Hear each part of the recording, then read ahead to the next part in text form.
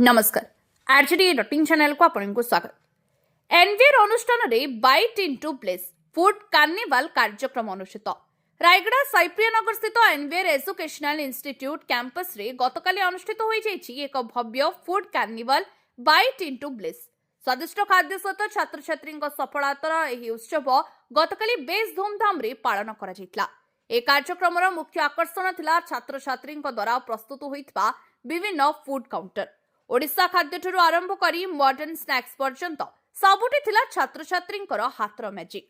निज हाथ में खाद्य प्रस्तुति करी छात्र छात्री माने अभिभावकों को बेस आकर्षण कराइथिले।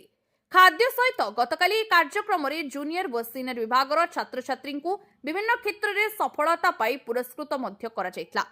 गतकाली कार्यक्रम को आहुरी बेस आकर्षित करिथिला छात्र छात्री द्वारा परिवेशित रंगारंग नाच गीत और नाटक। बहु संख्यार अभिभावक और परिवार सदस्य उपस्थित रही एक कार्यक्रम मजा नेबा सहित यहाकू पूर्ण भाव में सफल कराइथिले।